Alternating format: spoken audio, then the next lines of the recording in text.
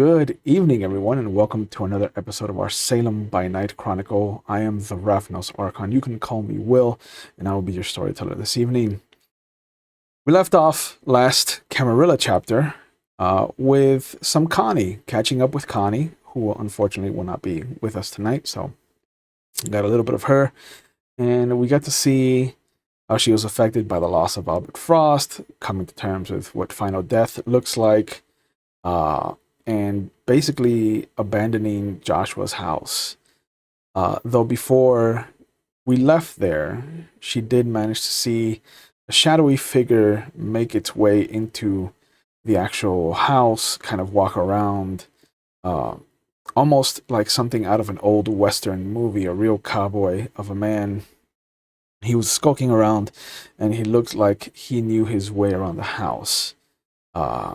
She heard him say Joshua's name, almost like he was looking for him, and then she saw him leave a note for him under the rotary phone, which read, "Came looking for you, got your request. You can find me at our bar, Thomas W." She also heard him whistle, and then she saw a horse gallop towards him, and just like that cowboy that he represents, he rode off into the darkness. She remembered that Joshua had mentioned something about the Red Eye Lounge before it became Otis King's, but he also mentioned a bar that was well outside of town, the way to Portland. Decided to head to the bank to finally see what's been left for her, and after meeting an interesting Nosferatu in a Superman t-shirt, she got a little bit of a surprise in the safety deposit box that was left for her, as there was some clothing, a journal, which looked to be in a different language, and a head in a jar. A head that was still alive, impossibly, and had some connection to Joshua, named Amanda Marie, and she also revealed that she was Joshua's wife, which opened up a lot of questions, I think, but that maybe Connie didn't have the time to really ponder upon. She saw the note that was left in the apartment by Melvin and Mustang, and how they went off to the Red Eye Lounge to meet up there whenever she came in, if they were still not back. She left the head with Lydia and the journal, and then took off to the lounge. We jumped over to Mustang and Melvin, who were already at the lounge, because we left off with them having met Elizabeth Guernsey, and they had talked to John Coulson. They met very briefly Dmitry Korchagin as he finally made a move on Guernsey. There was a big masquerade breach as they revealed their own natural weaponry. They'd fought in front of some kind, some mortals, and at the end, it turned out that Mustang, trying to shoot at Guernsey, ended up turning her guns on Melvin, and as always, Melvin is the unlucky one that gets shot in these scenarios. But as Connie showed up and tried to help get them out of there and into safety, they witnessed the entire coterie, the entire King coterie, Otis, Dimitri, Manny, and Coulson, pinning down Elizabeth Guernsey. And Manny asked dead to rights to Otis King what they should do about Guernsey. And without hesitation, King gave the order to remove her from the board by any means necessary, which left Smiley the opening that he needed to commit the forbidden slurp, as it's called, and they witnessed him commit diablerie on her, eating her eternal soul in the process and destroying her once and for all. We're going to pick up with Melvin and Mustang as they have left the bar. Mustang is in her own car. Connie and Melvin are in the van. And I assume from the last bit that we mentioned that you were heading back to the apartment. So, as much as I wanted to see how Connie and Melvin were going to discuss the events of what happened in the bar, I think we'll just smash cut to the apartment. As much as you have been prepared, because I will assume on the side of competence that Connie has warned you about the head in the jar. Okay. And even with that warning, still seeing it in person is jarring. Unintended. Okay. So, was there any explanation as to why I was shot? So Yet in or this no? in the scene, Guernsey got between you, Mustang, and in Mustang's attempt to shoot her, her use of celerity proved to be your undoing, as she just Got it. turned you around to become her shield. Okay. So it wasn't really Mustang's fault. It wasn't Mustang's fault. Okay. All right. You're fine. 100% it wasn't Mustang's fault, but like Yeah. 60%. Listen. That's why I got fortitude. That's why I got fortitude. I know I'm the pin cushion. I'm the bullet cushion at this point. That's what 3 times now I've gotten shot. 3 times. So yeah. So I walk in. I'm like kind of like, where'd I get shot in the front? No, in the back, as you're In the used back? to. Oh yeah, perfect. More scars. So I'm just like I'm walking in and I'm like going like that. I'm just oh fucking what the fucking shit. Yeah. And there is a head in a jar, and I don't think that Mustang was prepared for it. So what is Mustang's reaction to this gruesome scene? Because the head is alive still. And we can tell that it is alive Oh in yeah, the moment that we see it. yeah. The second you come into the room, wherever it is, it turns to look at you, and it just kind of nods, and there's a curt hello. So Mustang's gonna is it on like a table? Yeah. Mustang's gonna immediately like crouch down to it and like to it. I just do a massive sigh and I go, this isn't the weirdest shit I've been involved in tonight. And I just fucking go and I sit down and I just put my hands in my face. He's utterly enthralled with it. Yeah. She turns her attention to Melvin. Is everything all right?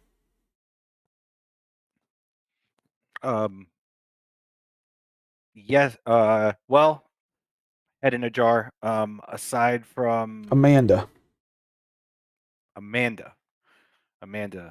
Melvin. I'm talking to a head. You always talk to Yeah, a head when you speak to somebody. that's an excellent point. Yeah, I just and I get up and I kind of turn around again and I actually take off my trench coat. That's another one riddled with bullet holes. I'm just No. like, this seems to be a tradition for me. And I throw it down. I'm just like, so, and I kind of look at Connie and I look at Mustang and I'm like, so, Amanda,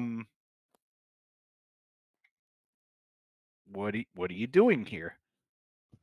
Well, I was rescued by the young lady there, and as she kind of turns towards Connie, you see Connie sheepishly start to back out of the room.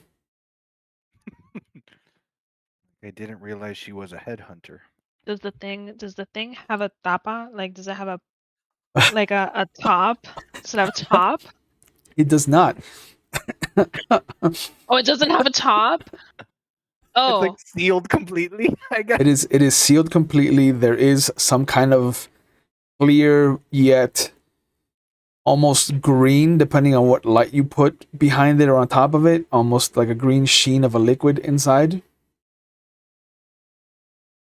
Okay. Fuck. Really? Yeah. It should. How did it get in there? It needs like an entry point. Yeah. Now you imagine that the base, if removed, could be. I mean, Michelle, we are in a world where we're vampires, so they could put a jar in the head into it.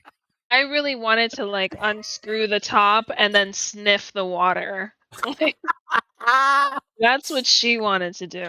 That's amazing. You say it's a jar. I think it's like a giant mason jar with a. That's Yeah, it is a like glass cylinder. Futurama. Yeah, it is a With glass the name cylinder. There's no name tag, but there is just a. If you look at it, it looks like a combination of petrified wood and a bit of metal, but the metal looks like it has scratchings on it. And given your penchant for destruction that you had in the Anarch coterie and your hunt for Andrew Givens, you can recognize the scratch marks as runes. So blood sorcery was used for this. Have I seen these runes before? Not these, no. Okay. So and Will, I'm gonna try. I'm gonna try to rouse to Okay, heal myself a sure. little bit while I talk to her. So go ahead and roll a die. 6 or higher, right? 6 or higher. A 10. Okay, so you heal 1 health level. Okay. And actually, you should have 1 less. I forgot that you have damage, superficial damage. Oh yeah. Oh. So okay, but I feel more comfortable now. So Amanda, you said rescued. For, forgive me. You're the first disembodied head that I've had a conversation with. Oh, it's my pleasure. Who were you captured by? I wasn't technically captured. I was just being kept. That is the word. You see, I'm Joshua's wife. I was Joshua's wife. Oh. And she kind of starts to slowly turn back in the direction of where Connie was, and you can see that Connie's kind of like has her head in the doorway, but she's still mostly outside of the room. Oh, and so Connie starts to disappear again. now I was in her house. Do I recognize her from any of those photos that were in the house? The old photo that was in the box, Okay. the one with the child. That was like that was like an old timey Yeah. one, right? Yeah. I'm like, hey, I saw a picture of you. I didn't think Joshua kept anything of us. It seemed I don't know him too well, but seems like he did. Had it been a long time since he's seen you? Because I know that picture was quite old. He likes to check in every year or so, but it has been about. Your friend said it was 1986, so it's been about 7 years. Wow. And so who was? So he had access to you, but you were being kept somewhere. Yep, sure was in a box. Wow. So you've been living inside of a box? Inside of a box, inside of a jar. I look at Mustang, I'm like, this is the saddest thing I've ever heard. Mustang at this point is like hiding behind the jar itself and then like popping like I think she's trying to figure out if it's real. Mhm. Like so she's doing one of these as respectfully as possible and as quiet as possible. Okay. So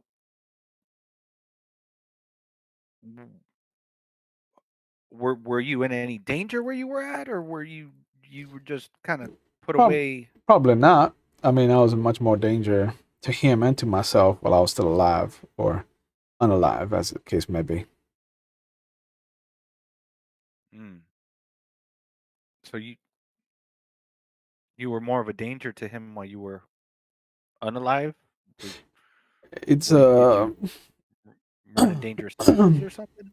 I hate to tell the story because he is such a much better storyteller than I am, but uh, it seems that some of the people that he upset when Thomas turned him uh, took it out on myself, and they almost took it out on my son, our son. Uh, but wouldn't you know it that that infernal craving that we share, and she kind of sharply turns towards Mustang to try and surprise her. Does it work? You tell me, what's your willpower? What's your current willpower at? It's a 5. Okay, I'll say that that's enough dice that you could resist it, but it does kind of shake you a Startle little me. bit. Yeah. Yeah. You didn't expect her to have that kind of movement. She's wiry for a head. Yeah. So she's able to move like around the jar. In a 360, yes, but not like she's not swimming like a fish. Like it is a very But how does she confined. have the inertia Mm-hmm. if she has no limbs Correct. to do that? She uses her How tongue is on that the edge of the possible? That's mason jar. Ah, eh. yeah. That's the question. That's the question you get to wrestle with. Yeah, you're not gonna sleep tonight, Michelle, because you're gonna be questioning that whole thing. But how does she do it? And she's so fast. And she slowly starts to turn back towards Melvin. You see some people came to the house and they ended up turning me, and they watched as I, in turn, took out my hunger on our son, Colt. Oh, Shit. You know, I'm sorry about that, man. well, Joshua wasn't always a voice of reason, and when he came and he saw the scene, he did this to me. Joshua is the one that separated you from your body. Yeah, and he's the one that went. Well, him and Thomas went and got some friends to do this to me. Where's the rest of you? Destroyed, left out somewhere in the sun.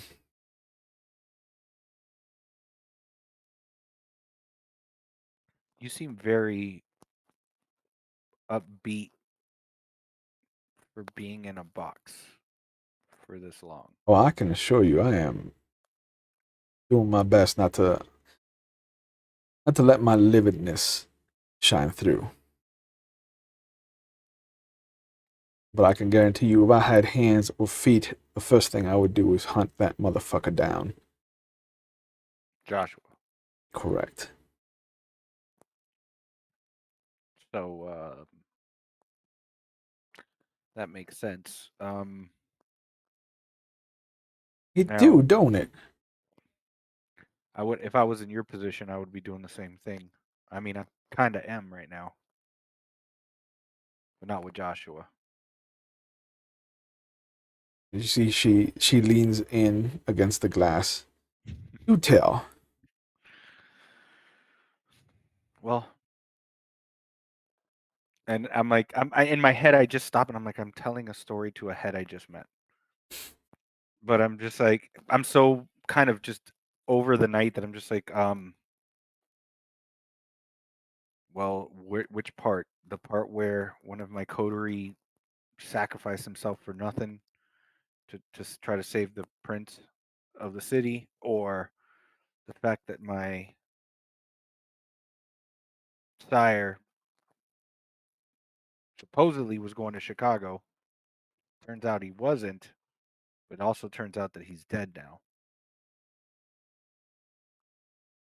I've got a lot of rage and revenge in this heart of mine. Yeah. Man, I thought I was bad, but I'd pin a blue ribbon on your chest if I could. Let's just I'd say we're on equal footing. No pun intended. Oh, none taken. Do you want to be a deer and leave me out in the sun so I could finally be rid of this curse? Your friend Connie didn't seem inclined to acquiesce to my request. You want to die? She slowly turns towards you. Honey, I've been wanting to die for the last 60 years. Since the first time he put me in that box.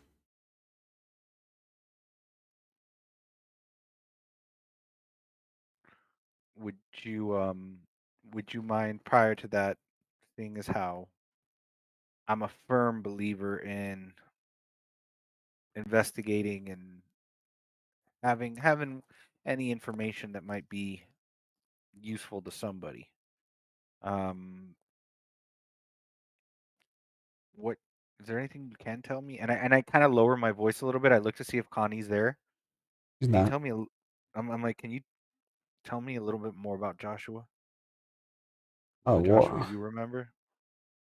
Joshua, I remember, was strong, um, hardworking, just trying to make things right. Um, Colt was the only one of our children to actually survive. We had a daughter before him, Penelope, who didn't survive her first winter. We had a daughter after him named Persephone. She also took to the sickness. I didn't have the best constitution, and uh, much as Joshua tried to make up for it, I don't think it transferred.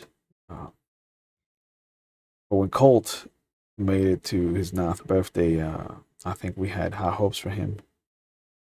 I know Joshua did.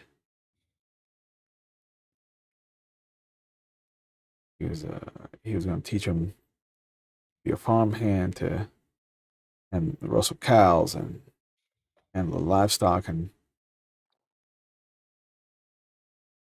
it's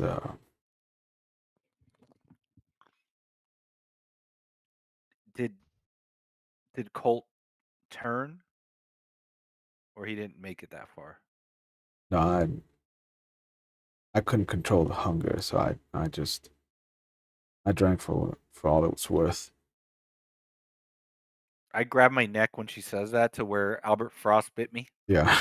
and I'm just like, I understand that sentiment.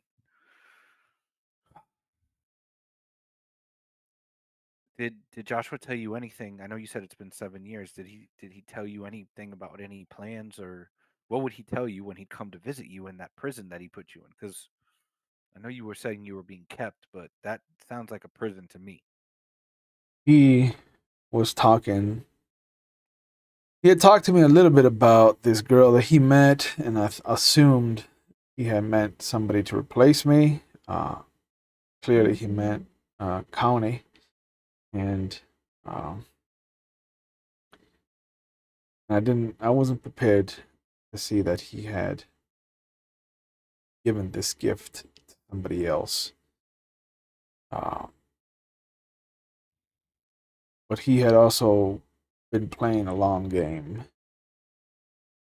He was talking about how he had tracked down the person who did this to me, was within striking range. Just he was biding his time, bringing up Connie, and between the two of them, they were going to bring him down.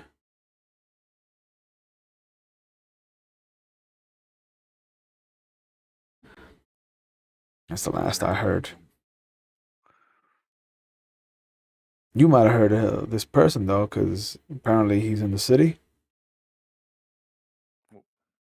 What's his name? Wesley Ian Garter. Mm-hmm. Yeah, he's here.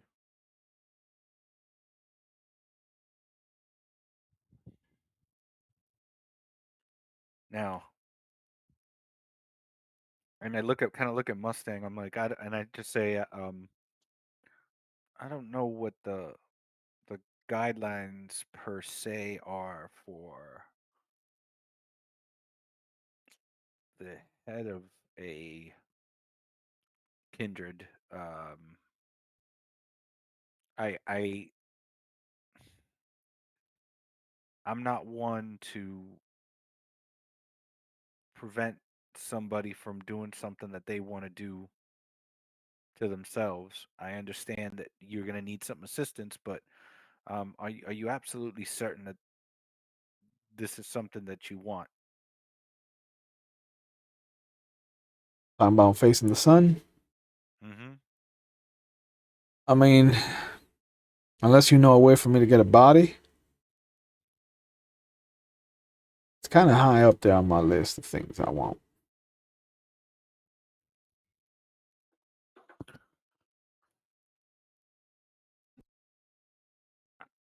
I look at Mustang. Do you in the circles you ran with before? Do you know of any way we could maybe help her out with that?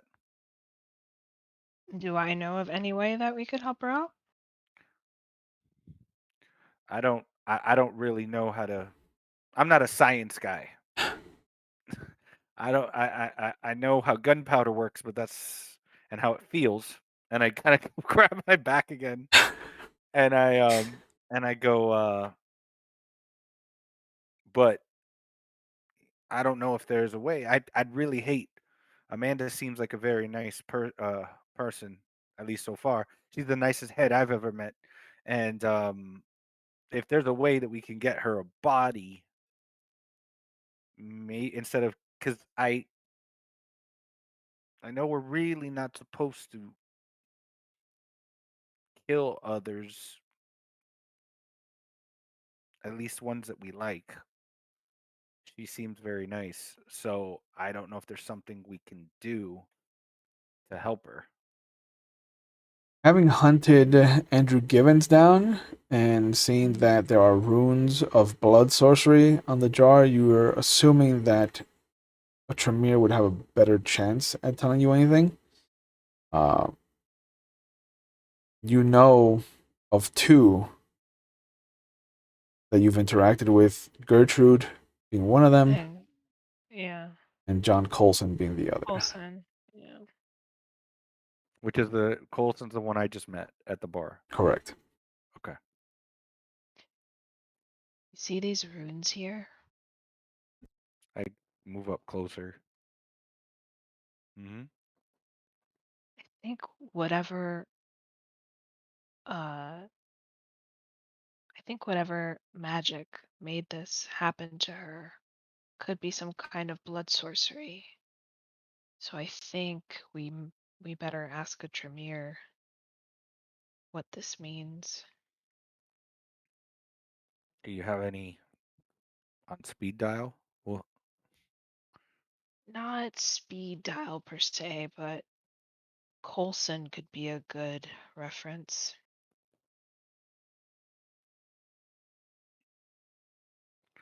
so I look at Amanda and I just said, would you mind giving us some time to figure this out and before just sending you out into the sun? We won't put you in a box.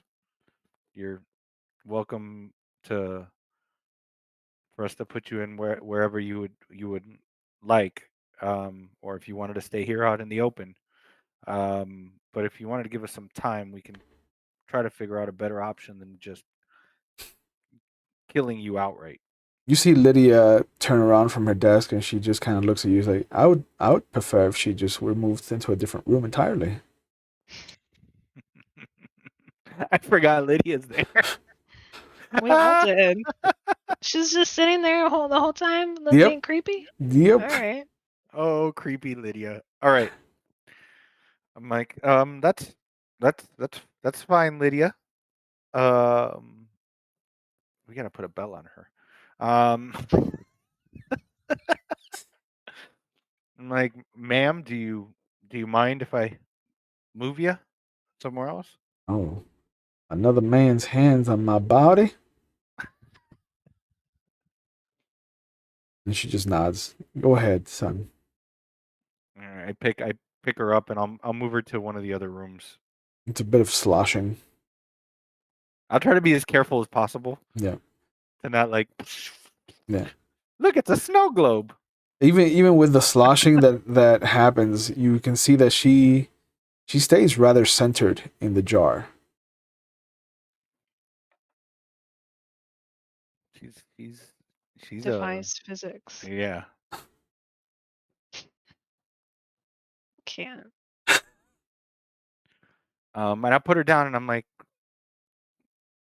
make yourself at home as much as you possibly can. Oh, sure thing. I'll put a throw pillow over there, and I'll put down a doily over here. Sure, don't mind me. I'll put a pillow against the back of the thing.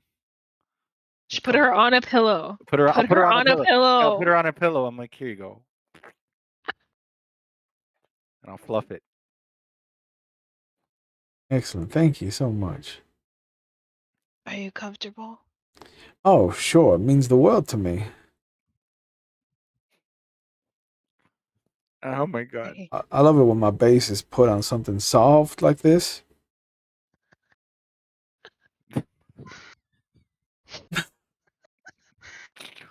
Well, I hope there's no earthquake, and then she just like.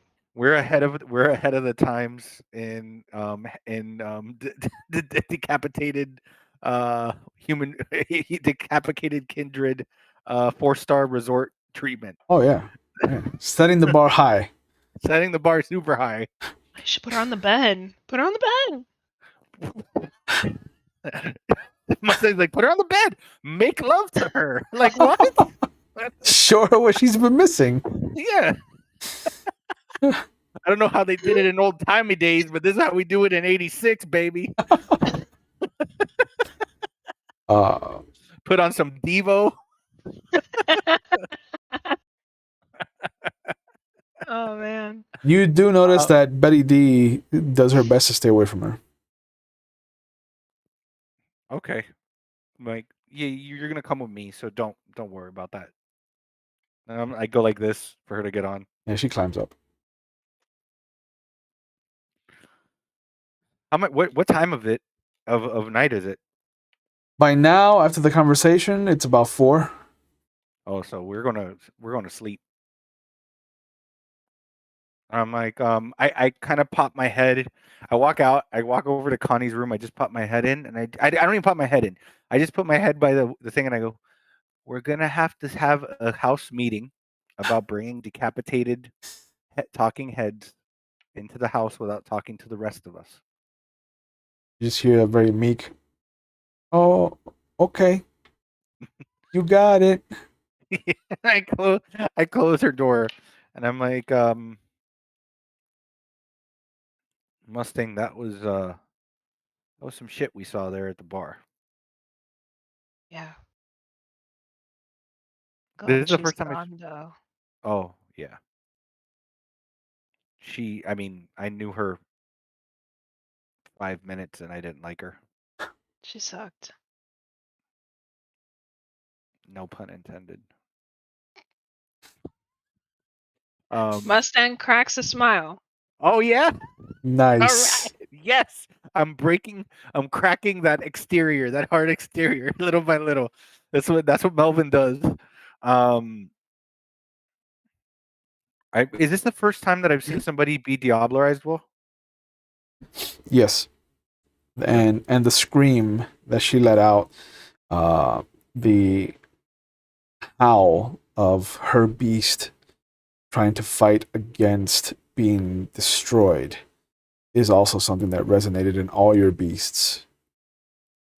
Because it is one of those things where it is one of the few times where you are cognizant of what's being done to you. Because normally you are staked and you are left to the sun to devour, or if you're staked and you're diablerized, you don't get to really think about it. She was not staked. She was just being held down, and Manny was the one that came down and just devoured her beast. And manifested shadow tentacles shortly after.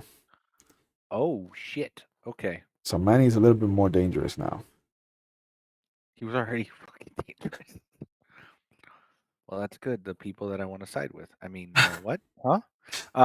This does put you in a precarious position because you are a clan whip, and so you are bound to enforce the traditions. So I have to report this to the sheriff. Technically, but Manny is Nosferatu, and Nosferatu are clan before anything else.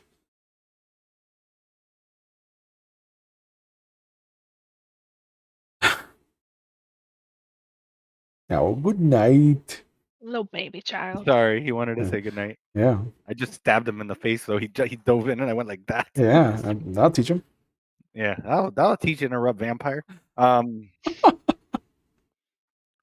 So yeah, Nosferatu, it's clan above everything else. Yep. Okay. So I'm not gonna report it.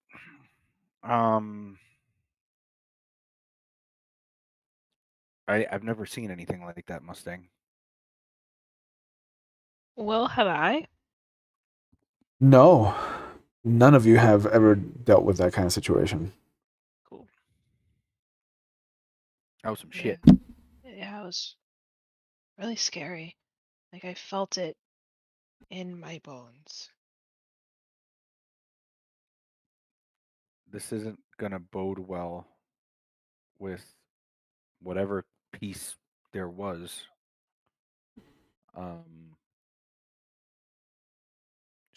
She was one of Reynolds' people, right?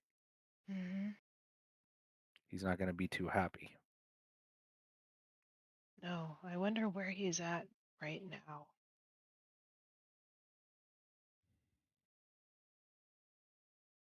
I don't know if now today if tonight's the night to find out that, but maybe tomorrow that's something we can figure out. But Otis is treading a dangerous line. He's fighting a war on two fronts now. Against the tower and now Reynolds. Yeah. Not to mention Manny's pretty powerful right now. You saw those tentacles? Mm-hmm. I've never seen stuff like that. And I was a beat cop for years. I saw all types of crazy shit on the street. It's gonna get even more annoying. We've just got to be ready. Because, like it or not, we're in the middle of this. We were there. Not to mention, um, the masquerade is out the window.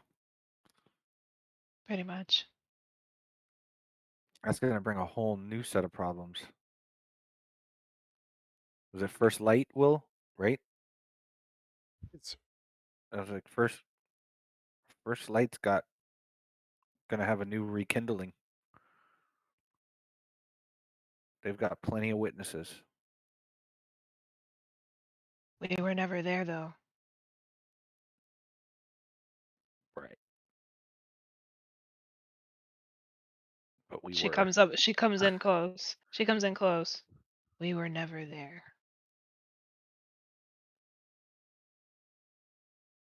I'm with you.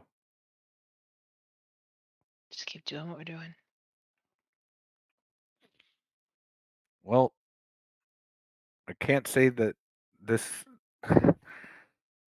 this our first adventure together wasn't without any kind of wasn't any kind of low level event. We kind of went right to the big baddie. Um, I'm glad you're here. And I go, despite appearances, and I go like this, just to like where my shoulders are, and I'm just like just I'm glad you're here, and I kind of like pat Mustang on the shoulder. No, Oh, okay, she backs away. okay. So I'm like, Yeah. oh, Sorry. I like finger gun. Like I'm awkward, and I'm just like, all right. Oh wait, no, sorry. Um, Well, I feel like he would know that she doesn't do the touching thing, right? I mean, she's been around for a couple months, right? Well, Sure. Yeah, you could. okay. Yeah. So then, just take it back. Just be like, I go like I'm gonna do it because I'm so used to just being that chummy, and I'm just like, oh, that's right, the thing.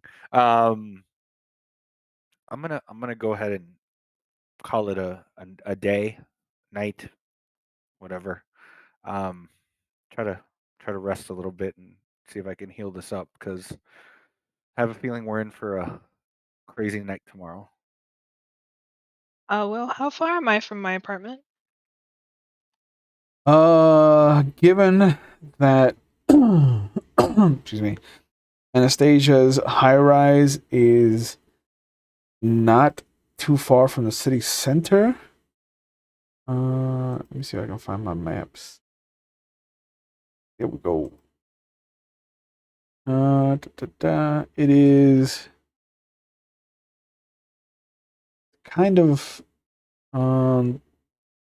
just the edge of being the north side of town, so it's not the northeast neighbors where your apartment is, but it is kind of neighbors, the neighbors area, as it's called.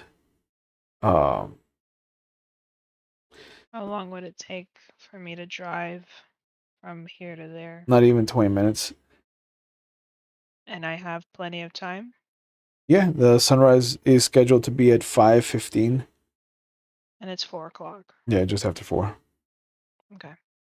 And I'll tell you, I'll just be like, as always, you're welcome to stay, but I know you like your privacy.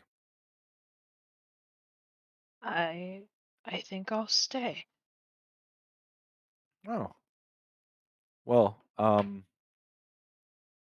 you want to take my room, I'll stay on the couch. Are you sure? Yeah. Lydia's probably gonna. I may even end up sleeping in Lydia's room because she doesn't realize that I put the head in her room. I mean, it was And I left just. in Lydia's room before, so you Oh, just. it was left in. Oh, my bad. Okay, So, I thought it was in the living room. So, no. well, I'll sleep in the living room with the head. That's Okay. fine. Creepy. Yeah. Okay. Yeah. Thank you, Melvin. Thank you, Mustang. Again, I do this as a joke, and I just smirk. And I'm sorry about the bullet. About the bullet. Like about shooting you. Hey, I'm I I'm 85% certain you were aiming for her, and I just give you a smile. It's fairly accurate. And um, she goes in his room. Okay. yeah, and I just get on the couch, kind of put the hat over my head, even though Yeah. I don't, you know. Yeah. Betty D curls up on your chest. Melvin's room is not the cleanest, Yeah, sorry. and Sorry. there's what I would imagine is the conspiracy wall, where there's just like a map of the city, Like the Charlie Day Yeah. conspiracy wall? Yeah, I'm having thread. a cigarette, like smoking. See what happened? Now they dollarized over there, Yeah, but werewolves over here. yeah. There's pictures, red thread, different colored thumbtacks. Just like circled lines, or just like sentences that have been like underlined emphatically several times. I've never been in this room, nor have I seen this wall, right? No. Okay. Is there anything interesting to me on that wall? Like, is Frankie on the wall? No, Frankie's a new addition. So yeah, I don't think Melvin has heard anything about him, let alone worked on anything relating to him. Are myself or Erickson on the wall? Yeah, and Can I read? Andreas. Can I read what that is? Can I read whatever that is? That says. What note would Melvin have made about Mustang before she joined the coterie. Well, I did like her and Andreas. Mhm. So I probably would have put quiet, um, unassuming, just because I didn't see her really do much. Mhm. Um, but probably the most dangerous of the three. He's not wrong. She says to herself. And what I feel like once she was with us, I probably would have moved her Okay. from where they were. And then I maybe would have put pick the right side or something like that. Okay. Dork. My team. Team. It's a heart. Yeah. Like Heart. like a football, badly drawn football, like touchdown. I picture Erickson is circled and it says asshole. Yeah, that's basically what it says. Pretentious asshole. And then it'll have like like devil horns, like painted on devil horns with the mustache on it. Yeah. A tooth missing, like blacked Yeah. out. Barker Andreas would probably have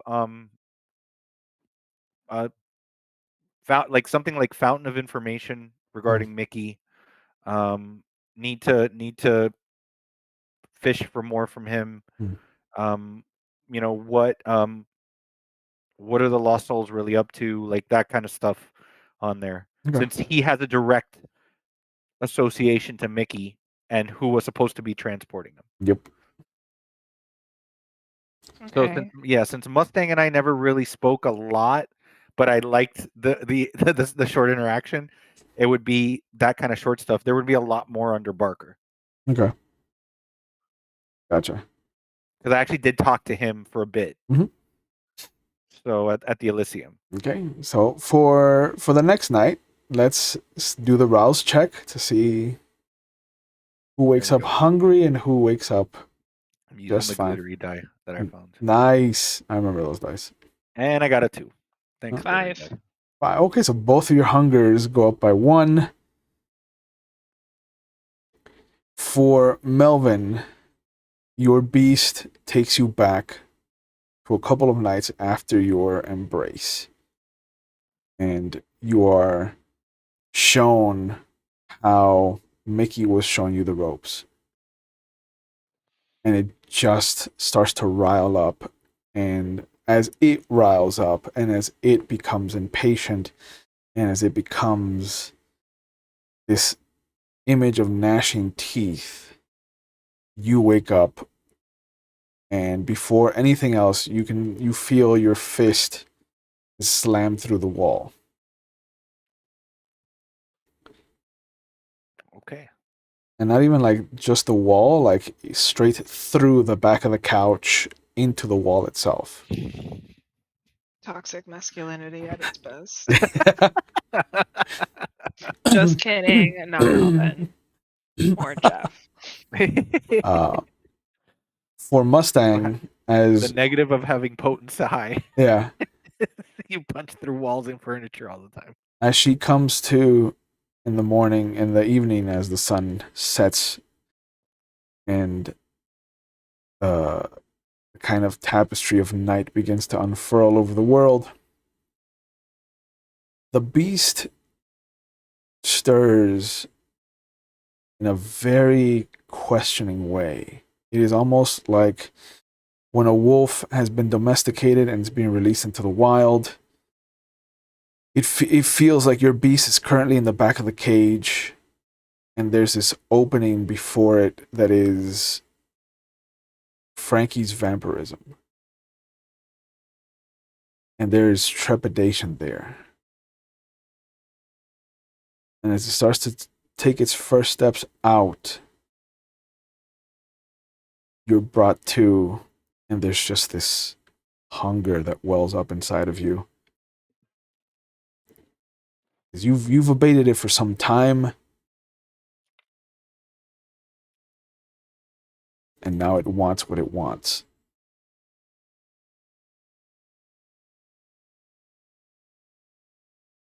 Mustang has a humanity 7, whereas Melvin has humanity. You both 7. have humanity 7. Mine So, is 8. It yeah, says yeah, it looks like 8. yeah, 8. Sorry, I I was at miscounted. 8, but I lost. Yeah, so Mustang does wake up before Melvin. You can see him stirring if you come out into the living room, and you actually do get to witness him still slumbering, still kind of slow, sluggish movements, and then there's this one powerful jerk of his hand, and it just goes through the sofa into the wall. And you see that's when his eyes open. Are you okay? I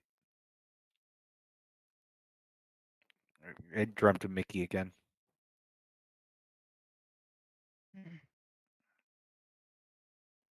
Mm.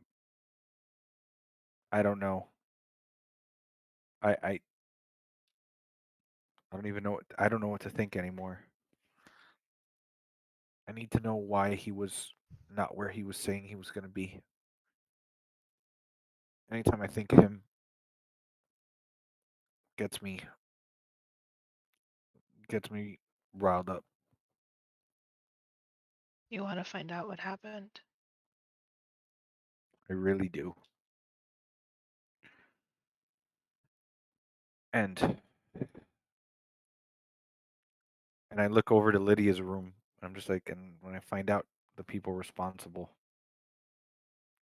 that person, that voice that I heard coming from that little girl, I'm gonna make them pay. Mm.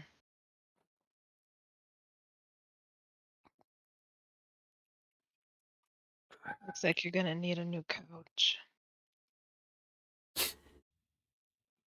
The owner of this building can afford it. I'll just have Connie ask her. Cool. I'll leave a note. Connie, when you wake up, ask for a new couch and drywall repair. Yep. Mhm. Oh, where to first?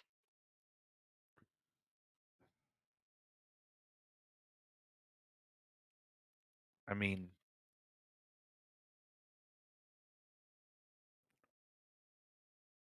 there's a few things I want to do. I want to try to find Isaiah,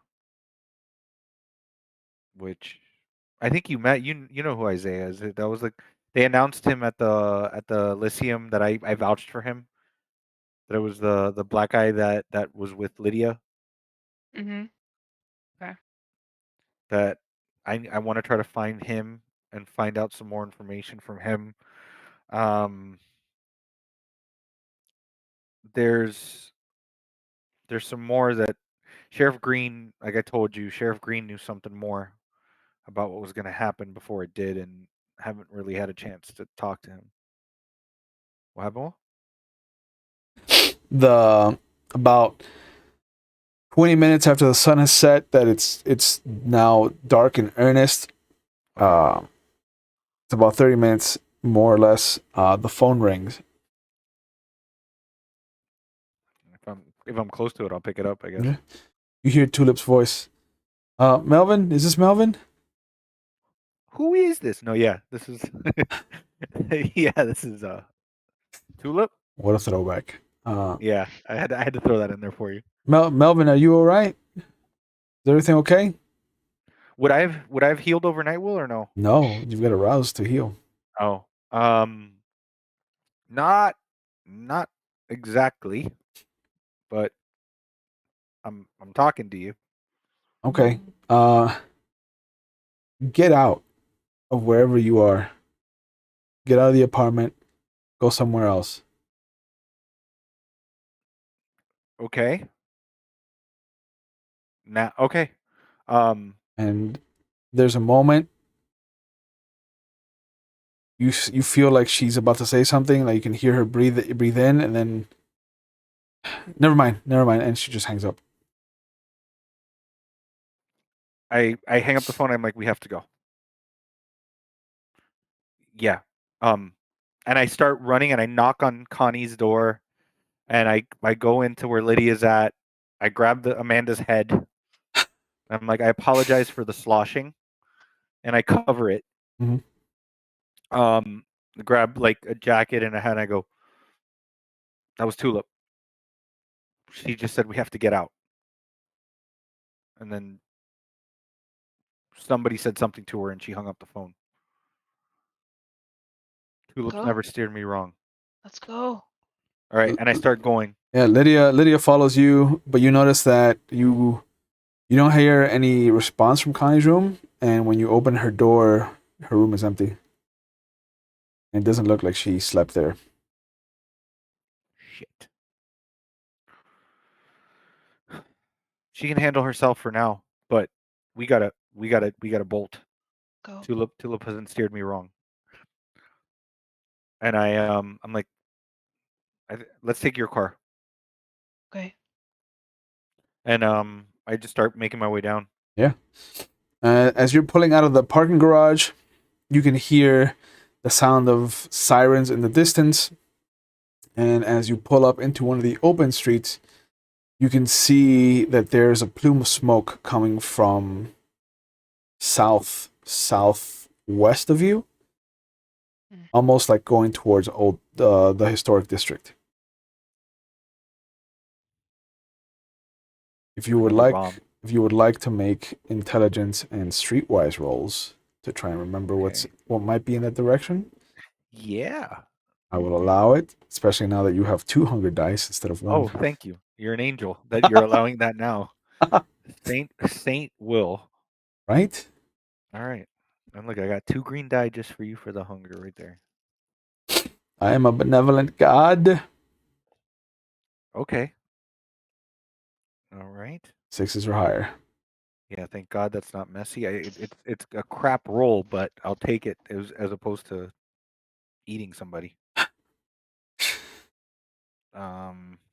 I got a 10 and a 3 on my hunger dice. Yep. I got a 6 and a 1, and then a 6, 2, and a 6 and a 2.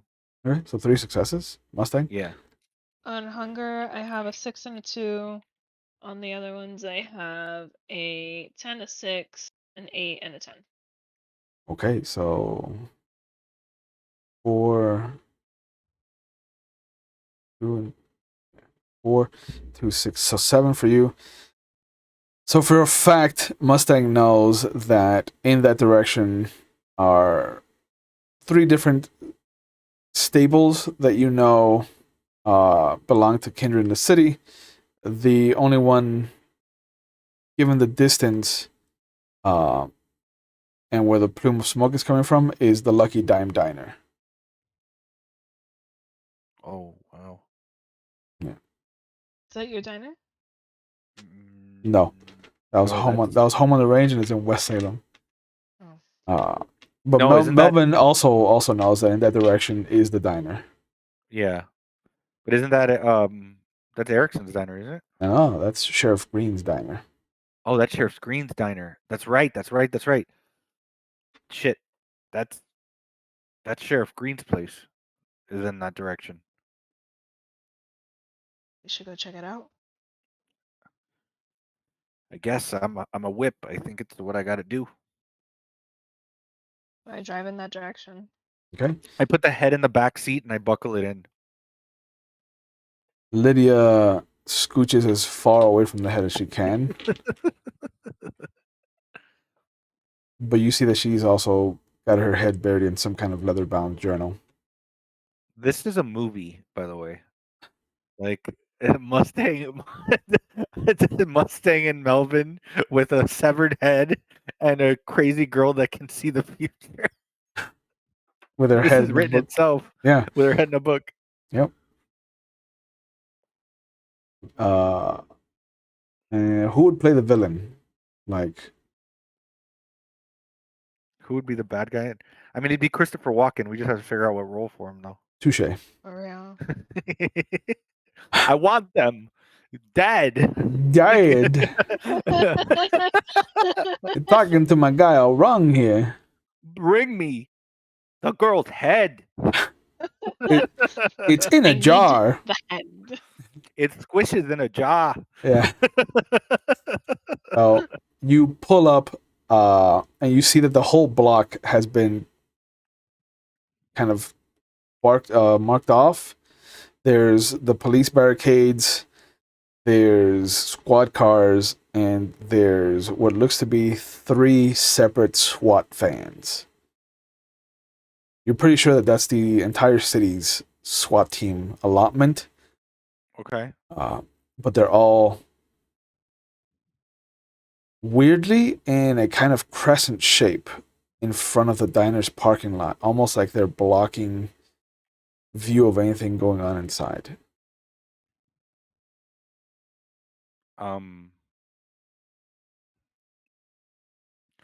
I can do. Okay, so being an officer, can I look at that and make a determination of what kind of tactical thing they're trying to do?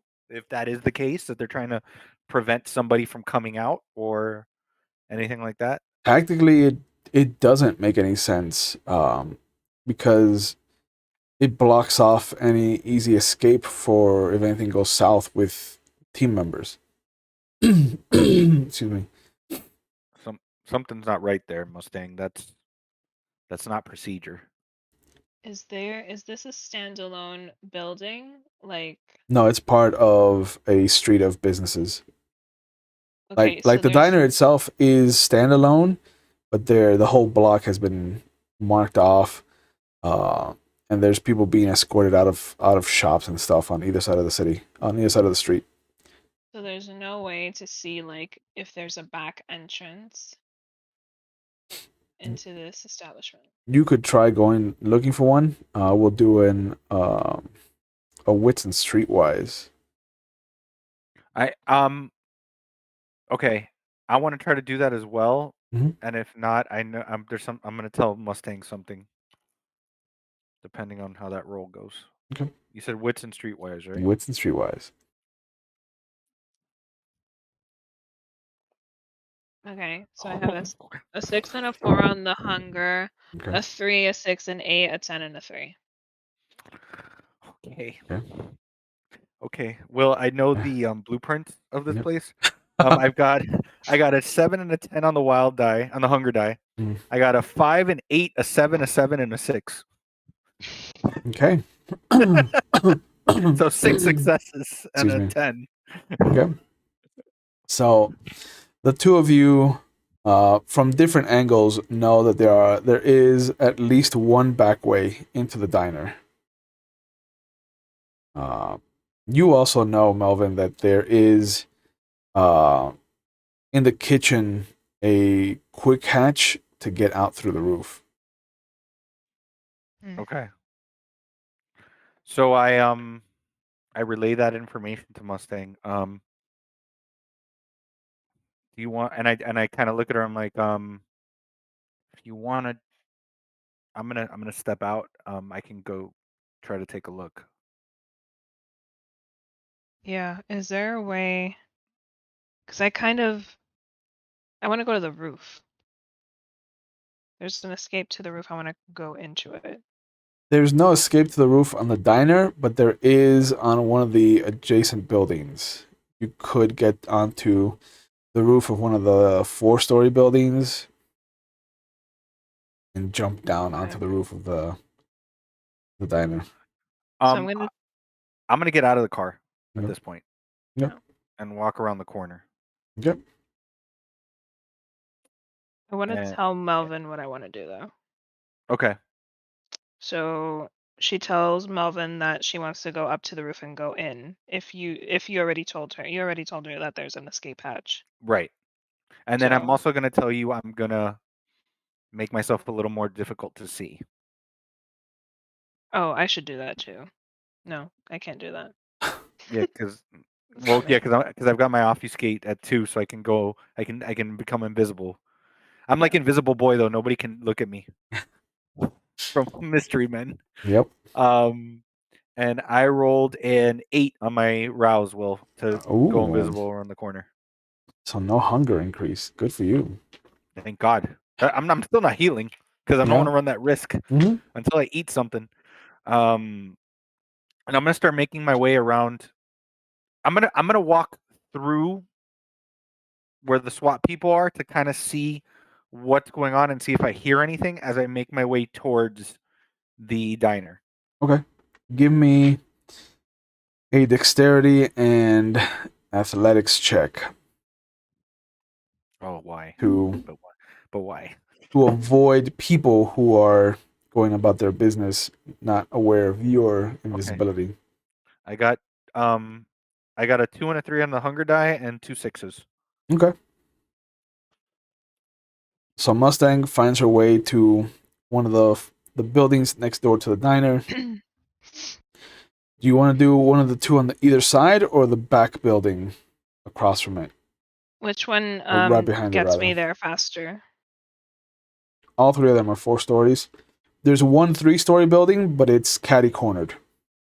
So No, it would be a diagonal hard jump against that alley.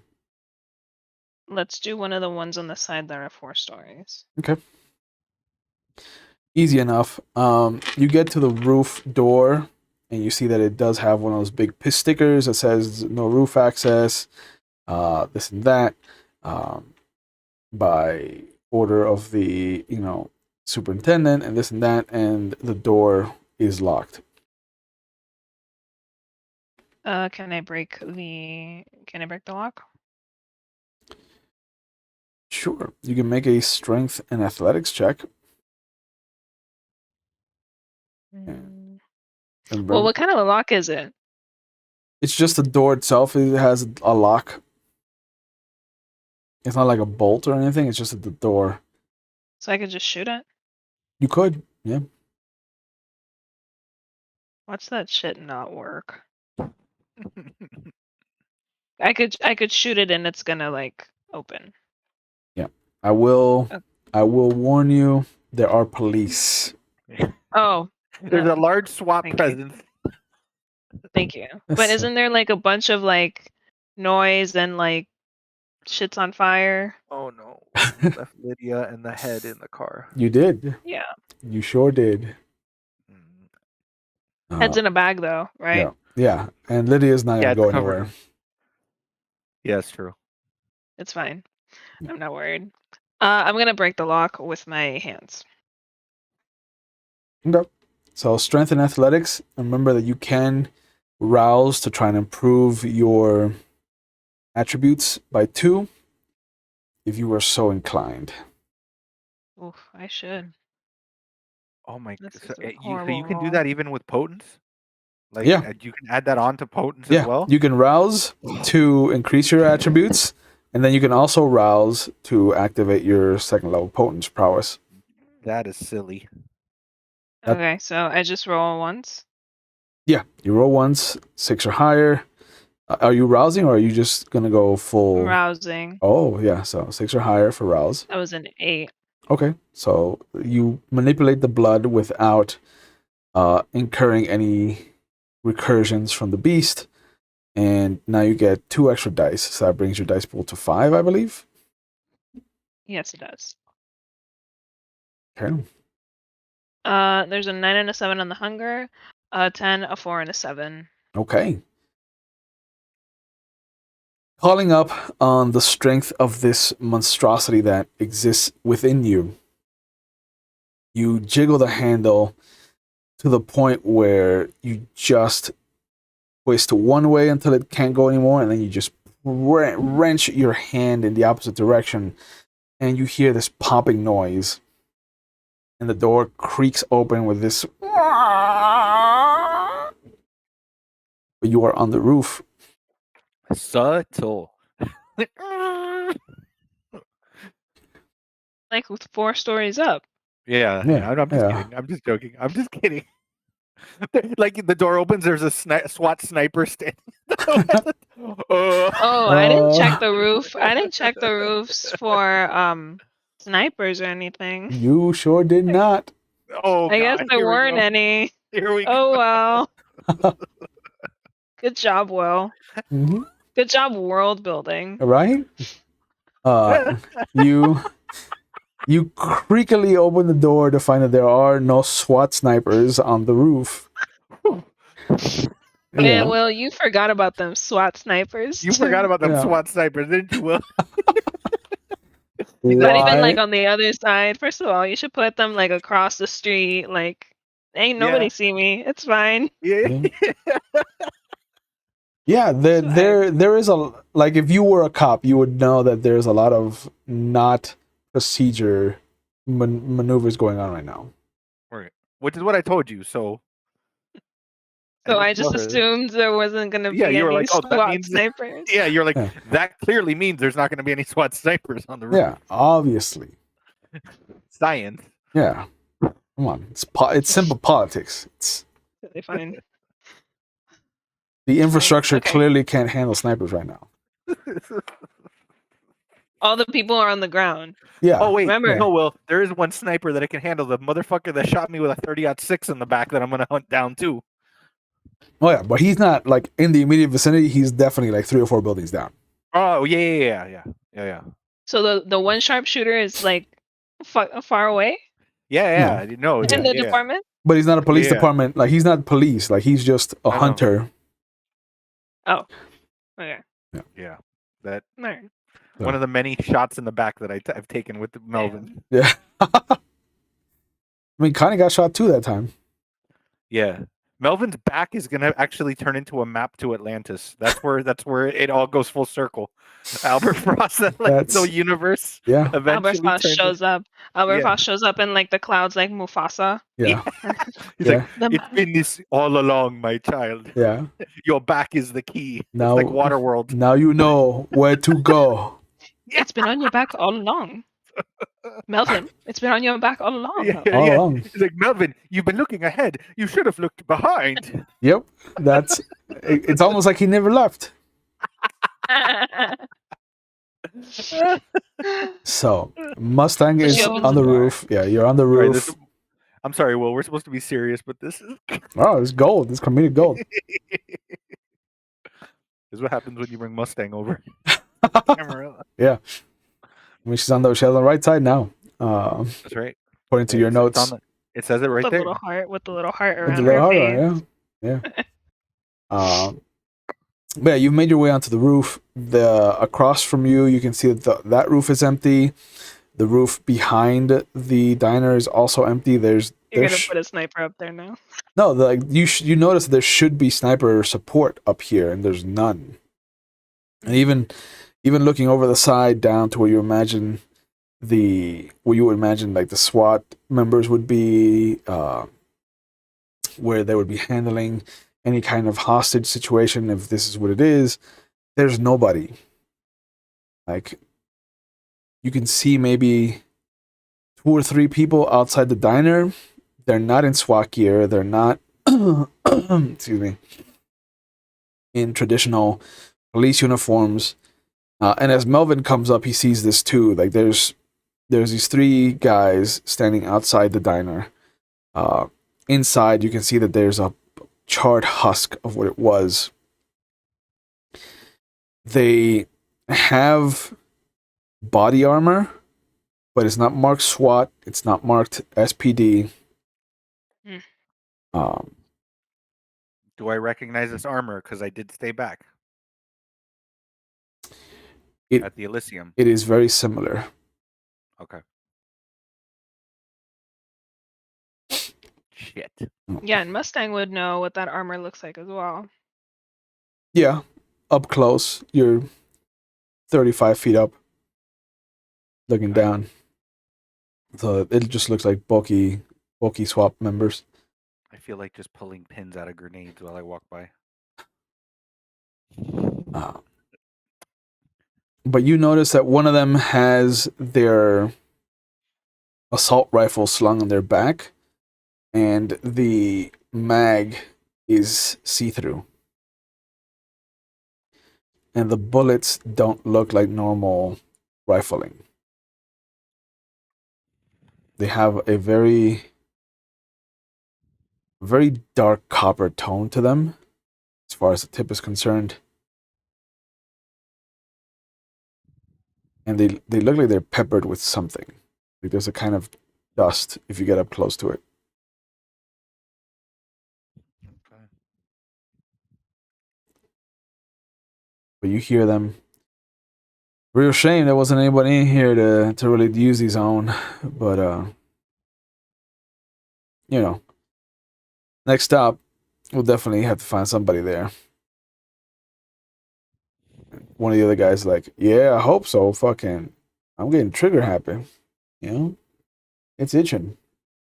I was promised a certain kind of animal, and I have yet to see it. And you hear an older voice. It's all right. It's all right. We have it on good authority that we will find what we're looking for at the last call bar. Everybody get your gear. Let's get out of here. No. And we see them start to make their way towards the swap vans.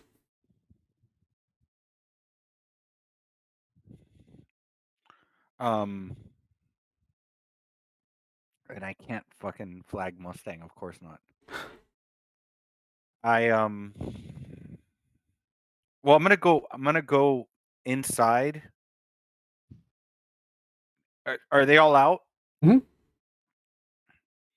Okay. I go inside. I verify to make sure nobody's in there. And then I kind of call out for Sheriff Greene. You you walk in. There's a little bit of a fire in the kitchen still, so you kind of recoil a bit. And as you look around, you can see that there's a couple of skeletons. None of them actually have the fangs, though. So you can assume that these are just mortals that were caught in whatever happened here. You call out to Greene, and right as the SWAT vans pull away, as you call out to Greene, you kind of feel the shadows dissipate from you. Mm-hmm. And there's no answer. You're kind of squatting down behind a table, kind of looking in both directions, but there is no response to calling out. All right, I'm gonna climb up onto the roof. Okay. Since you said that there's that trap door, right? Yep. What's your current willpower? 5. All right. Go ahead and roll that for me, because you're gonna have to walk past the fire. And this is that includes the hunger die, right? No. Okay. No, just because it's separate color dice that I roll anyway. So Yeah. but okay. So I got a 1, a 6, a 10, an 8, and a 5. So I guess 2 successes, right? Because the 1 cancels out one of them. No. Or does the No. 10 count as? Okay, Ones only matter if you have no successes. got it. Okay. The primal fear that bubbles up as you kind of see this burning countertop wells up, and you immediately push yourself back against the furthest thing you can. Excuse me. And you end up knocking some things over as you just kind of scramble, trying to make sure that you don't catch on fire, that you don't catch any of your clothes on fire. And you pop down the ladder, you climb up, and you pop open the roof access. Mustang sees the 3 guys that were down there each go to a separate SWAT van and drive off. And shortly thereafter, you see the roof hatch open. And you see Melvin kind of climbing up out of the All right. ladder. I immediately try to find Mustang. I don't know if she told me what building she was going up. She didn't. So I'm gonna kind of like look and kind of like and see if I can get some kind of a reaction. thought I was on the roof of the actual diner. No, you're on the roof of an adjacent building. Oh, why did I busted open? Thought I busted open the hatch that he just came through. No, you busted the door to get onto the roof of the building. Oh, Yeah, okay. yeah, they don't My allow bad. people up there. But if you wanted to have Okay. jumped down at any point, you could have. Yeah. I've jumped down. Okay. Yeah. Let's have you make a stamina and athletics check then to see if you can do it without hurting yourself. Do you have anything that can help you as far as disciplines go? Weight of a feather. Weight of a feather, yeah. Yeah. Yeah, it says free. There's no roll. Mm-hmm. So weight of a feather, and then my 2 dice, which are Yeah. my hunger. Yay. Oh, a 10 and a 9. Okay.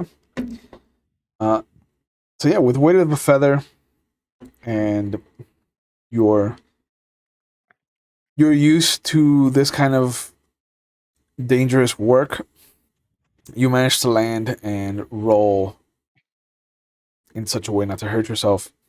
And as you're kind of getting up, dusting yourself off, seeing these trucks drive off, you hear the actual locking mechanism undo itself, and the thing pops open. And you see Melvin climb up out of the diner. So she's on the roof. Mm. Okay. With Mustang, we got to get out of here. They're going to the last call. Right now? I heard them saying they were itching, and that's I think that's last light. I recognize that armor from the Elysium. They got I, some special rounds. I need to get to a phone now. I was gonna ask Will when we go back downstairs. Hmm. I know it blew up, but is there still is there a phone there that might still be usable? You can check it to see if it's usable. Good. Even our odds in your favor. How far are we from the last call? Maybe about, with traffic, about 35, 40 minutes. Okay, so it takes them 40 minutes to get there. Okay. Odd. I rolled a 10. So you pick it up, and there is no dial tone. We Green's not here. I need to warn Erickson now. Do you? No, I'm just kidding. I didn't say that. I didn't say that. I go, well, let's go then. And I start running towards the car. They're gonna make it before us.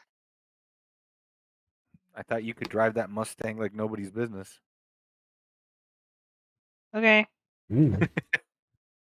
Gauntlet has Okay. been thrown. How do I do well? Well, you go around, you go the long way back to your car so you don't arise any suspicion from the police officers. Real quick, hold on, Will. Mhm. Before we take off, is there anywhere that we're familiar with that's closer that may have a phone? Oh yeah, any one of the storefronts will have a phone. You want to just try to go into one of those storefronts? Yes. Okay. Because we won't make it. They already left. You know? Yeah. Yeah. Okay. Give it a So, shot. If we can't get a hold of anybody, then we take off. yeah. So yeah, the phone rings and you hear a female voice. Last call, how can I help you? Who's this? Michelle, who's this? What? Who's this? Michelle, who's this? Who is that, Will? That's Michelle. Who's on first? Hi. Can I speak to Erickson, please? He's not around yet. What do you mean he's not around? Where is he? I don't know. I don't keep tabs on him. That's his fucking mother. Never Listen. mind. Hang up. Listen. The last call is in danger. He needs to get out of there or not go at all. All right, I'll let him know.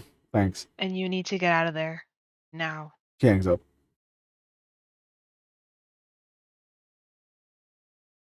Who is that? That is Michelle. That is his ghoul. I'm like, well, Okay. are we good? I don't know. I don't know who that was. But she knows that they're on their way. So Oh, okay. Should we he's go over not there? there. He's not there. So I don't know. I don't think so. He's probably out. Hopefully he's out, and she's gonna tell him not to go. You know. Yeah. So, oh man, Will. So basically the only way to get in contact with Greene was the diner. Yes. Or go to the what's it called? The theater. Okay. Um, I'm gonna. So, are we just using a store's phone right now? Mhm. I'm like, can I use your phone one more time? I mean, there's nobody there because remember the storefronts were evacuated by police. Oh, you're right. You're right. You're right. Perfect. I make a bunch of long distance calls for no reason. No. China, here we go. Beep, boop boop boop boop. I call Tulip.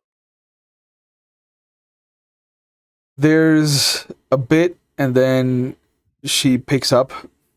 Hello, Hey, Tulip. Melvin, are you okay?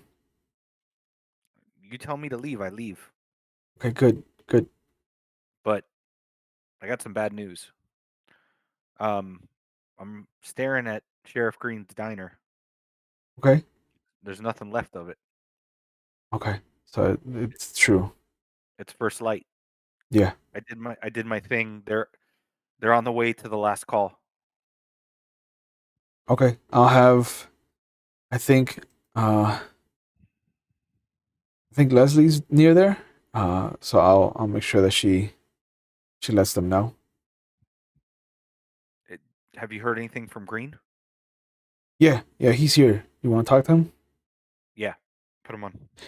And there's the noise of the phone being handed off. Yeah, this is Green. Hey Greene, it's Melvin. Hey, everything all right with you? Yeah, I saw a plume of smoke and came rushing over to see if you needed help, but Yeah, no. looks like you're not here. Somebody, one of the girls warned me that somebody called looking for me by name, so I didn't sleep there. Uh, It was a good call. yeah, First light. yeah, they're I did monitoring my the phones. So you all need to be careful what you say moving forward. uh should we meet? We can. Uh, Or is there assistance needed at the other location? no. The bullshit with that Asian group is enough to kind of distract anybody from even going over there. Um, We're just gonna let it fall? no, but we can use it to our advantage. You Eh, need all hands on deck with you? Not as of right now. Uh, Okay. I think. Can you? How difficult would it be for you to get to Hayesville? I look at a Mustang, I go, Hadesville? How far is it? Will? Hayesville is the northeasternmost town in Salem. Do It's I know how much time that would take? It would take the amount of time that it took you to get to the bookstore when you found Givens. So like 30, 45 minutes, almost an hour. Okay. So Okay. not thinking we're yeah, we'll meet you there. All right. There's a place off of Lancaster and Woolward.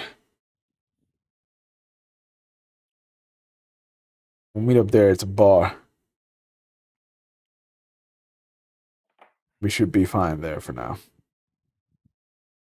Okay. Stay safe. Yeah. You too. And I hang up the phone. Yeah. The sheriff wants us to meet him at a bar. He says we got to be careful on the phones because First Light's monitoring all of them.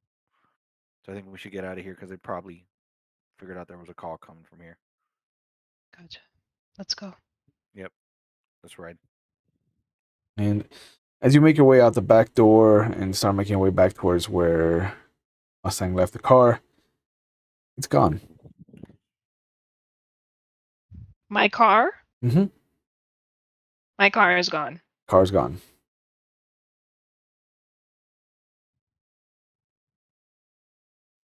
Your car was here, right? Yeah. Where's my car? Frost is dead, so he didn't steal it. Lydia?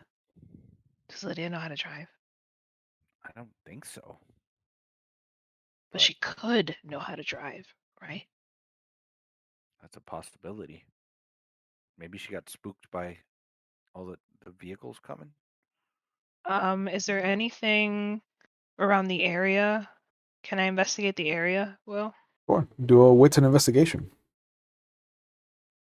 Can I try to help her out since that's kind of my bag?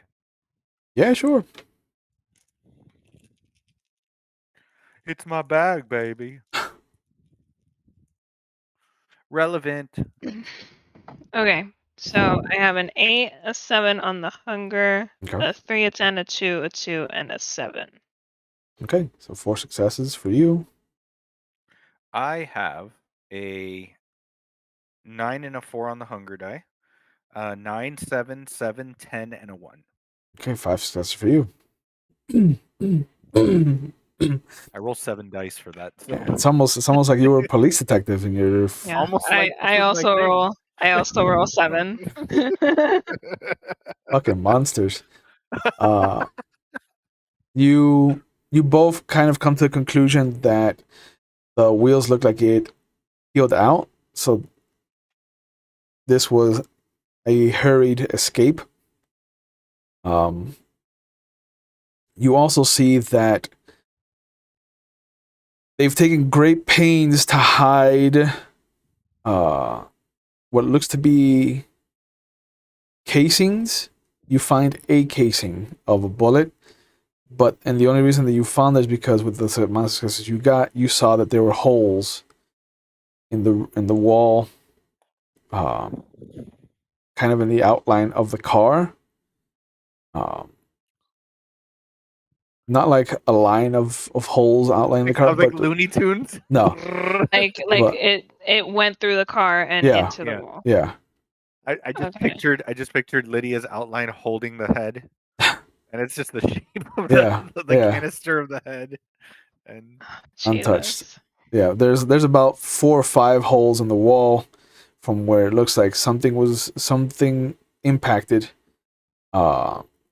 There's no glass, so you can imagine that these were either warning shots or they just were terrible shots. And yeah, there's one casing. There's the wheels that look like it kind of peeled out. Kind of a bullet? With your successes, it looks like a military grade assault rifle bullet. can I dig it out? Yeah, with the 5 On the successes, floor. I'll say you can dig it out. Well, the casing's on I the thought it floor. was on the floor. Well, the casing, but I was gonna try to dig out the bullet to see what would actually. I mean, dude, if I can't dig it out, I'll poke Yeah. the shit out of that thing. No, you. I'm assuming that you have like a flip knife, so you kind of Yeah. pop it, and then you pop it open. The second the bullet head touches your bare skin, it starts to burn it. I drop it. Can Mustang grab it with her gloves? She does have gloves. That is canon, and you pick it up. There is some kind of powder on this bullet. It feels soft to the touch too. Like it's not meant for penetrating necessarily armor or walls for that matter. And even as you kind of squeeze it and roll it around in your fingers, the littlest amount of strength is all it takes to kind of really break it apart. Are we able to smell? Sure. Okay, does it smell like anything? Sulfur. There's a hard, lingering scent of sulfur on it. I tell Melvin. Something else. You can smell iodine. You can smell some other thing, but those are the two most potent. And I recognize those similar to the bullets that I saw in the magazine. Mhm. Like, yep, it's them. I look around. Is there a car near us? There's a few. Okay. I'll check a couple of them, see if there's any alarm. First 'Cause one back in the time, you could see a little light. you can. Yeah. First one you go up to has no little blinking light. All right. I'm gonna try to. Car is it? It's a Buick Regal. It's got 4 wheels. All right. I try to jimmy the lock. I try to unlock it. Are you gonna try to jimmy it with like a? How are you gonna try to open this lock? Like, are you just gonna force it open with your potents, or do you want to try to actually like find something to like a wire to go in there and try to pop the lock? Wait, they evacuated this area, right? Yeah. I'll punch the window. I punched the window. Maybe it's unlocked. Oh, that's true. It's probably unlocked. I tried to text it.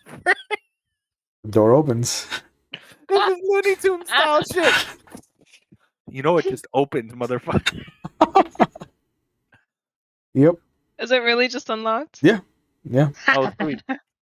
I would have loved that though if you did break the window and Mustang just kind of like clicks it open. Huh. Comedy. Yeah, this is great. This is a buddy cop movie if I've ever seen one. I Right now. love this.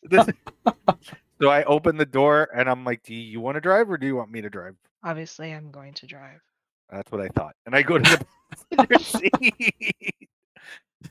I open the door to the passenger door. Is it open? It is not. I punch the window. No. No, she's locked it. She's locked it. Yeah, she's leaned over and locked it because there's no power locks. It's Oh, like right. It's like it's not open. She went like this. She leans over and unlocks it for him. Okay. Again. There are no visible keys anywhere. I hotwire it. Sure.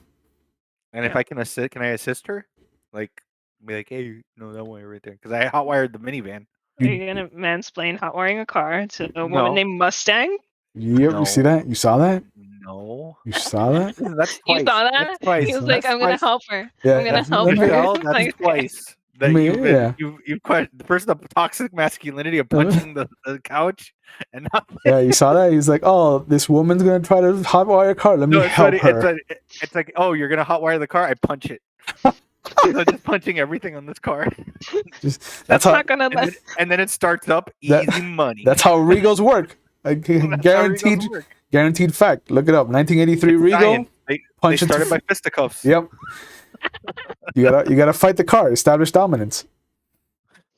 I- I'm assuming that Mustang. This is not Mustang's first rodeo, so let's have her do a wits and no, I'm sorry, an intelligence and larceny.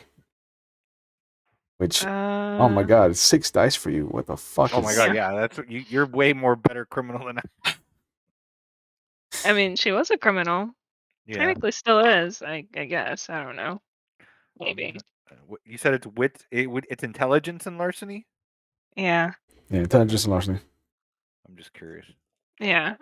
So that's a 6 and a 5 on the hunger, a 6, a 1, an 8, and a 10. Okay.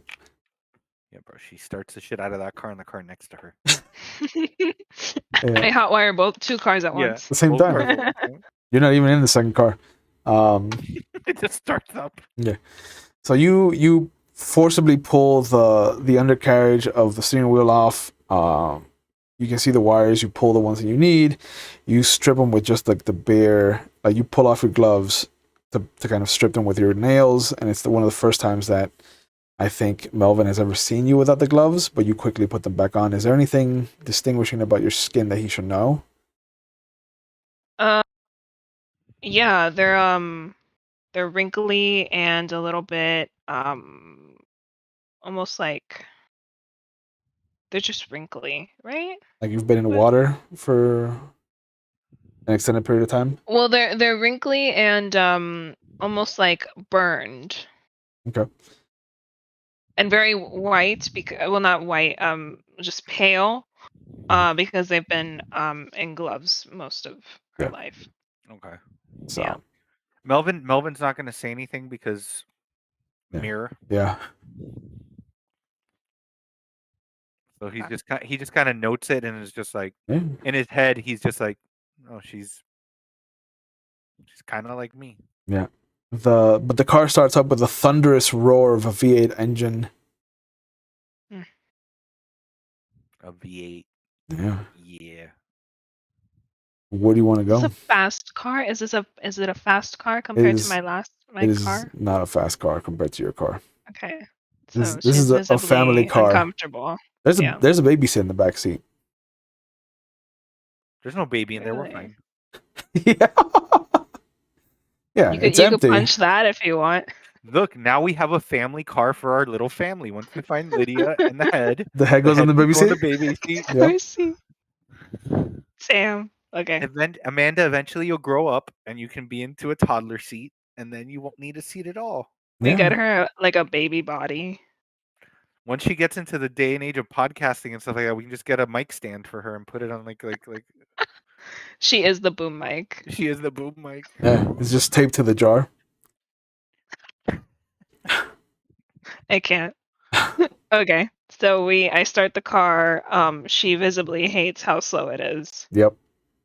Like Um, lowering it, like putting the pedal to the floor. You can get to 40 in about 12 seconds. oh my god. Hear that Okay. puppy purr. Okay. But where are you guys headed? To the Haynesville, right? To Hayesville? Hayesville? Hayesville, yeah. Hayesville. All right. And sure enough, it would normally would have taken a Mustang 35 minutes. 6 hours. 6 hours later. Hate that.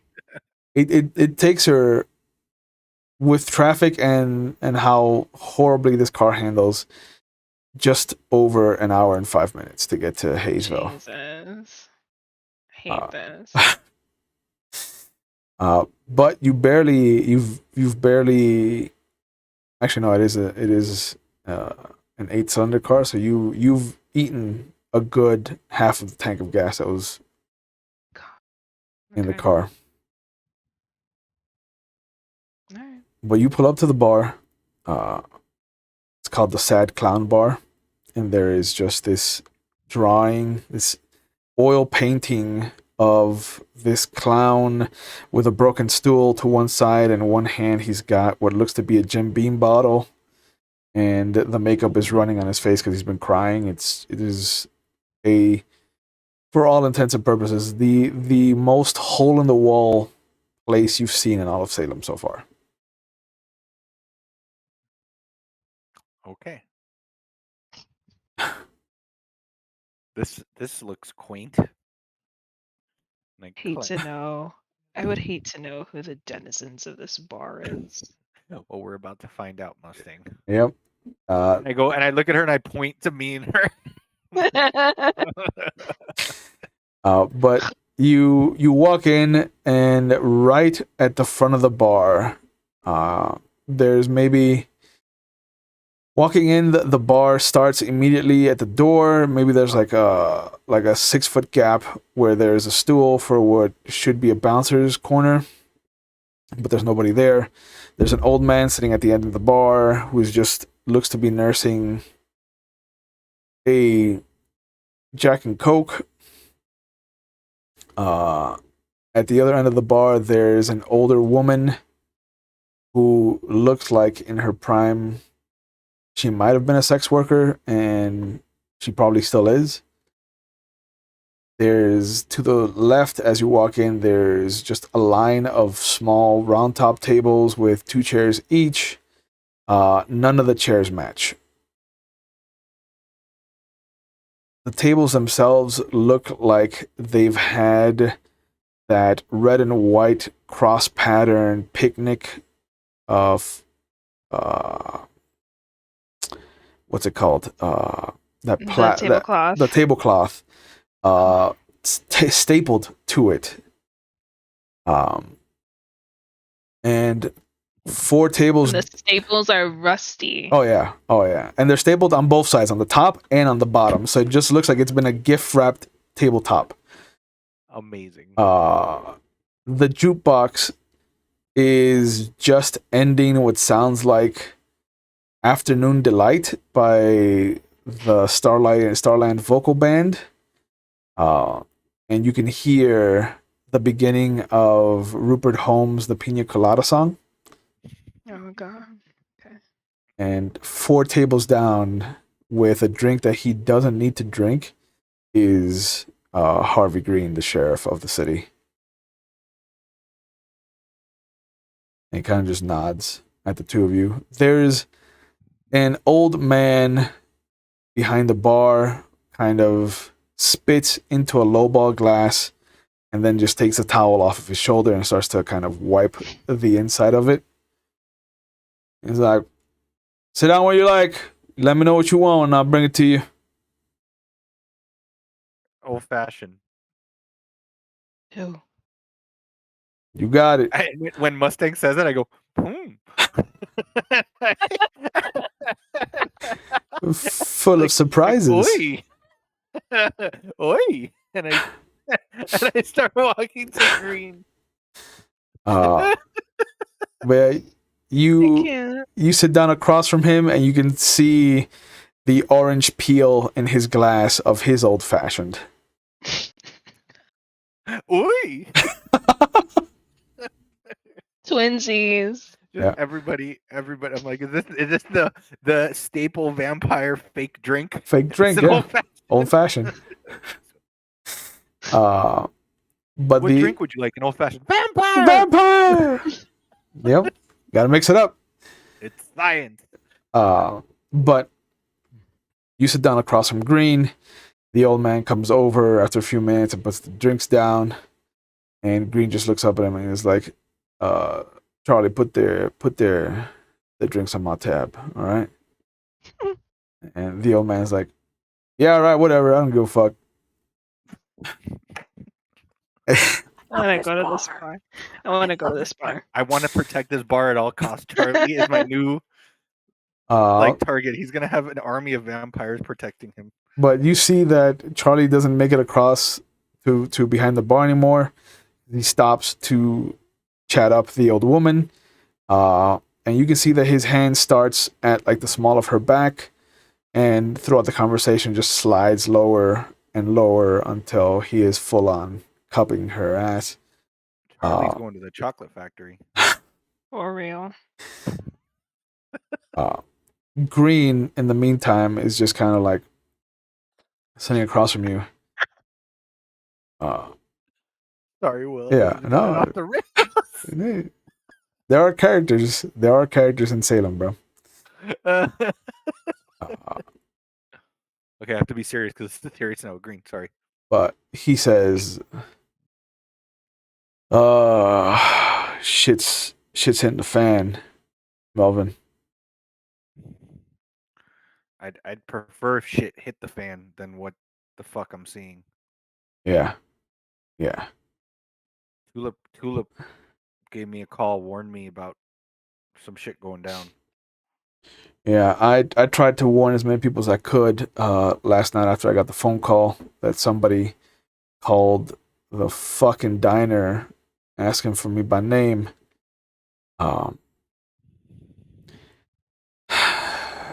You know, for being a brouhaha, he gives the rest of us a bad fucking name. But Erickson needs to learn his P's and Q's. Can't be asking people about lost by title. What?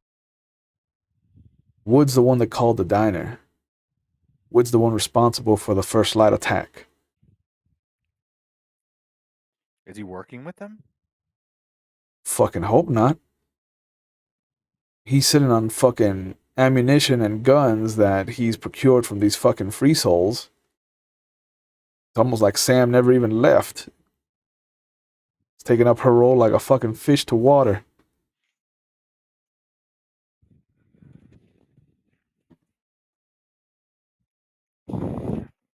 I heard we heard that they were heading out to the last call. Isn't that his joint? Oh, fuck. If we lose that place, we have lost a strategic hold on the riverfront. They've meticulously handled every single fucking spot we've had except that one. They were heading over there when I called you. How many of them? Maybe he can... 3 Use- SWAT vans at least. Fuck. And they got some special. Do you still have it, or no? Or you said it destroyed, right? The bullet. Yeah. Fuck. We have the casing though. The casing didn't destroy, right? Oh, the casing's fine. Okay. I think Mustang grabbed it, so I be like, do you still have it? The casing. I take it out and show it to Sheriff Greene. First Light's using some crazy shit, Sheriff. Yeah, it's the shit that they killed Albert Frost with. They had magazines full of that stuff. Alright, well. How long ago was this? How long did it take us to get here? An hour and Hour. 5 minutes? An hour About and an hour and 5 minutes ago. Oh, yeah. He turns over. He's like, Charlie, can you turn on the news? Please and thank you. And Charlie just looks past this mop of hair on this retired prostitute. And he just goes, fuck you, I'm busy. And Sheriff Greene just kind of nods at him. All right, thanks, Charlie. And he goes over, he hops over the bar, turns the TV to the news, and you can see that there is a breaking news report about the last call bar being set ablaze. How they're blaming a serial arsonist for all the fires in the city taking place.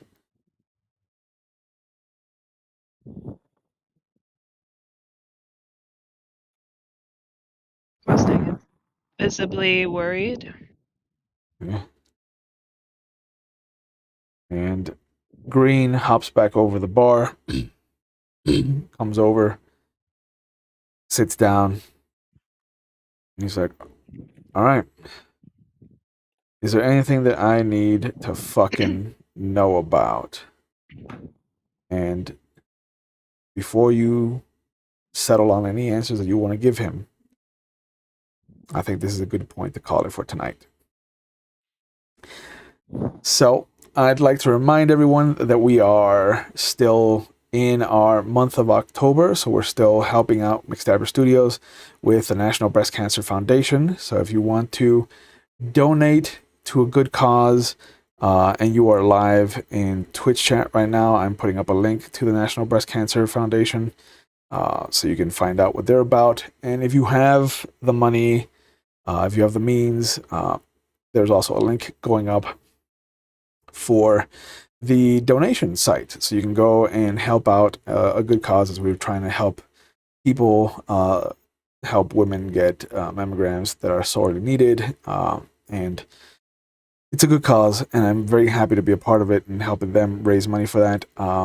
Also, if you are watching live on Twitch and you feel like you might need some help, be aware that it is okay to not be okay, and that mental health should not be hidden behind a stigma or a taboo. So if you're watching live, there are phone numbers that are up in Twitch chat right now. So in case you need to ask for help, you can do so. You can find somebody to help out and help you get through whatever you're going through. If you are outside the United States, there is a link in our chat that will help you get to the resources you need wherever you are. And as always, I will see you on Friday for our Star Wars Out in the Dark campaign. If you'd like, I will be running our special fundraiser one-shot on McStabber Studios tomorrow of Mage 2nd Edition, set in Miami, 1985. It has been a wild ride, and we left off in a Mexican standoff, so it's going to be an interesting denouement coming out of this game. But otherwise, I will see you next week for our Anarch chapter. And because we are moving into November, the stream schedule is going to change a bit. Tuesdays will now be for a 2-game night.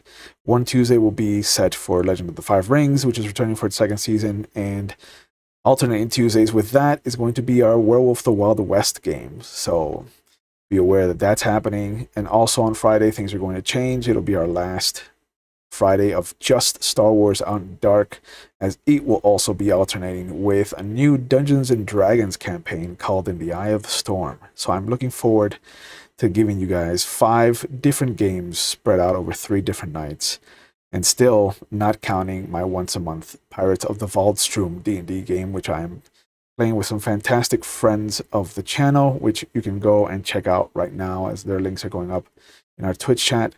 And as always, please take care of yourselves. If you haven't gotten vaccinated, please get yourself vaccinated. Continue to wash your hands, continue to wear your masks in public, and continue to take care of each other, because we're the only ones we have. So I'll see you when I see you, and please have a good night and take care of yourselves.